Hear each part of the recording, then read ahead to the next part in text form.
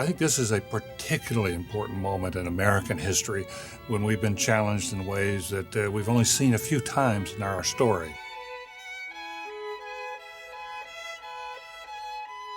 And today there's the challenges not only of terrorism, there are just a long list of challenges that are building up that unless we address them in this moment, our children and grandchildren could face lives that are much darker and less hopeful than our own.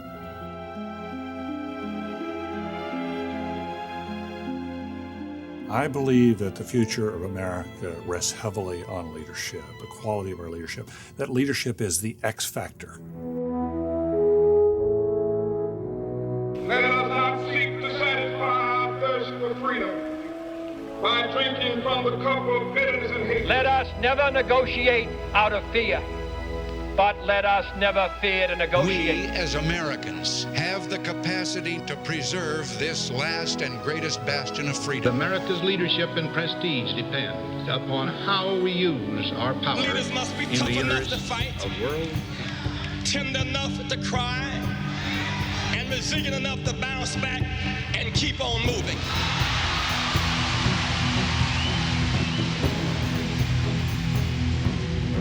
I've traveled the world, and the one thing I learned around the world, I am an American. But I'm here to tell you tonight, when young folks are motivated to action, they can rekindle the weary spirit of a slumbering nation.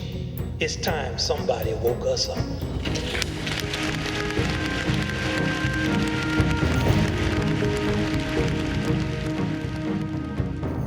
I do believe there are many, many leaders among us.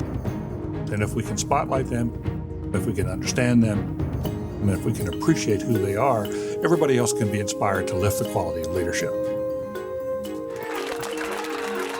I want to tell you that the risk of failure was not very far. I mean, we are pushing the limit. I think the credit to all of you, here at JPL and at NASA, is that we dare great things. This group of America's best leaders represent the great hope for America because they are authentic people. Look at H.E. Lafley at Procter & Gamble, someone who is given integrity and helped to build that company. Or look at Warren Buffett. He's given away $30 billion. He's enormously generous.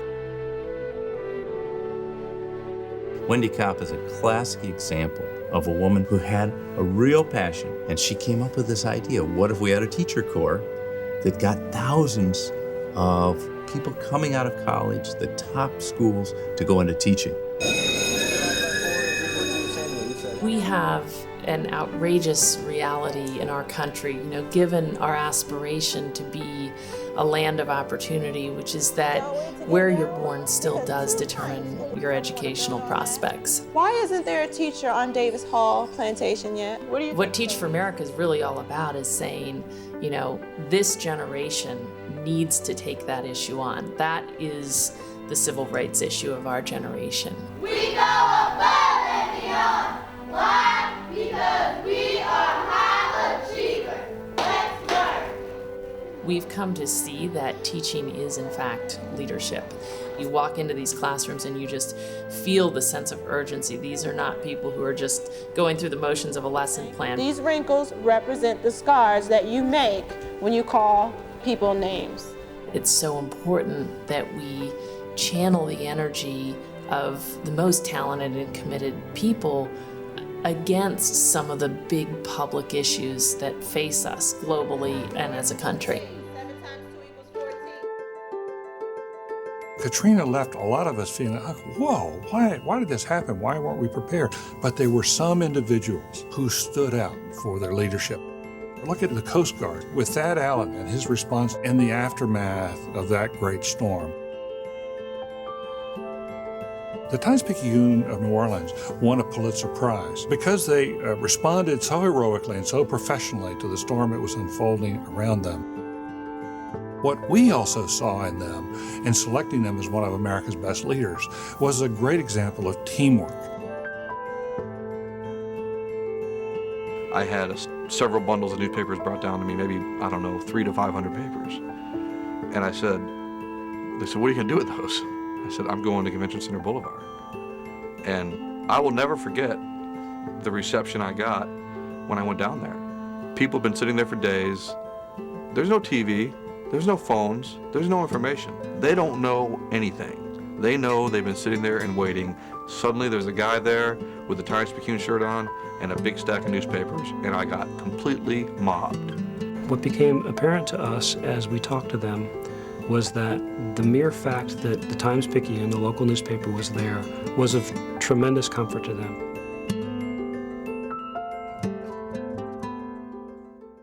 This America's Best Leaders Project is spotlighting those individuals that you can look to and say, wow, you know, one day I'd like to walk in the footsteps of Marilyn Carlson Nelson. It's true that the perception of American business is not what we'd like it to be, and it's true that the perception right now of America is not what we would like it to be. Each of us has to try to address that in our own way. It's truly motivated by trying to change behavior that will make people increase their well-being. The obstacles and advantages of being a woman leader is an interesting question. The studies show that if less than 20% of any group is represented in a larger group, they are vulnerable to stereotyping. It's why I'm so proud that in Carlson, nearly 40% of our executives are now women. This is fantastic. My dad didn't have a son, and he was very disappointed when I wasn't a son, and then when my sister wasn't a son, he was just practically despairing. He was constantly raising the bar in terms of expectations, and I don't think he ever resolved until the day he made me CEO. To my daughter, Marilyn Carlson Nelson.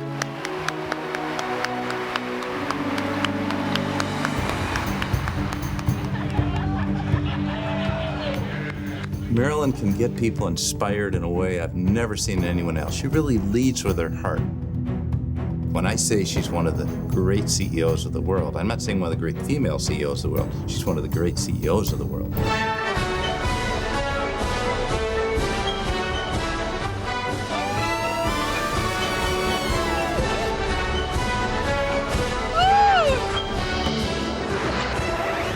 Oh, it's so good to be back.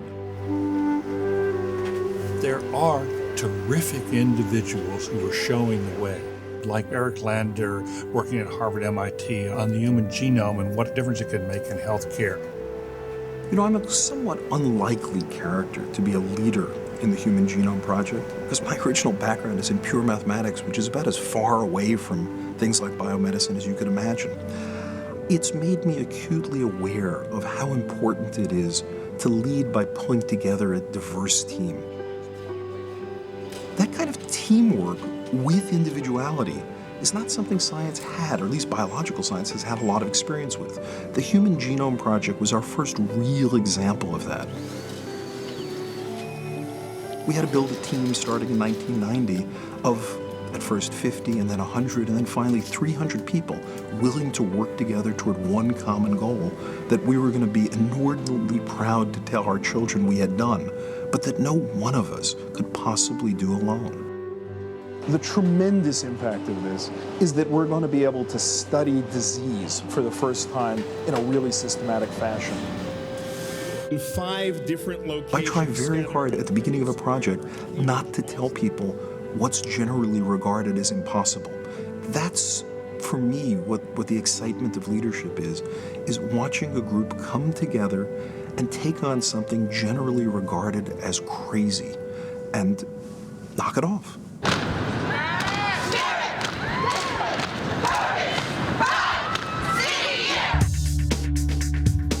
There is a spirit of caring, a spirit of giving, a spirit of love that says, if you give me the opportunity, I'll respond. Spirit, discipline, purpose, and pride. If you learn those things, you have a sense of civic power, and you can learn almost anything else about how to change the world. Those of us here at Youth Villages know what it's like to care for children who've been traumatized by life's events.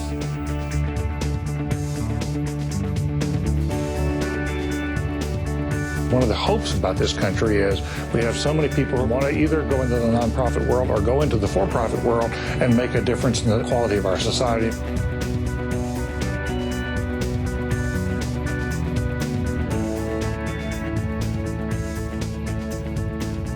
and they bring people together because they have such great empathy for people, and they have such great compassion for the people they're served, and they have the courage to go against the grain. You're not sure where you're going. You're not sure when you get there what it's going to look like.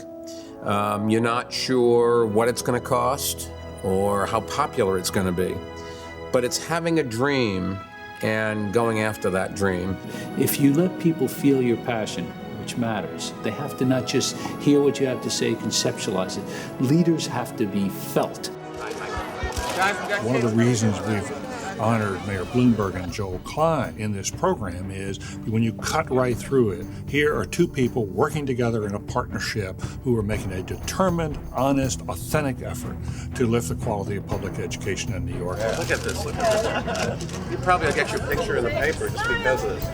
It's a very big system, but in the end, the service you're delivering is one-on-one. That's what makes it so challenging. And everybody says it can't be done, which is what makes my job the best job in government, and my school's chancellor, Joel Klein, has the second best job in government. Public education transformed my life. And to me, the teachers in Queens really gave me a worldview and a horizon, a sense of opportunity, and even purpose and destiny. So to me, the issue is a very deeply felt one, and one I'm passionate about. We're going to take attendance? Okay, here we go. Brianna Almonte. Way to go. Joel Klein. Here. Bo Bauer. When people look at Mayor Bloomberg, I think they see him as a leader, and they see him as an effective manager of governmental services. And I think people respond to that. I think they see a sense of determination and leadership that's, I think, quite unique in public life.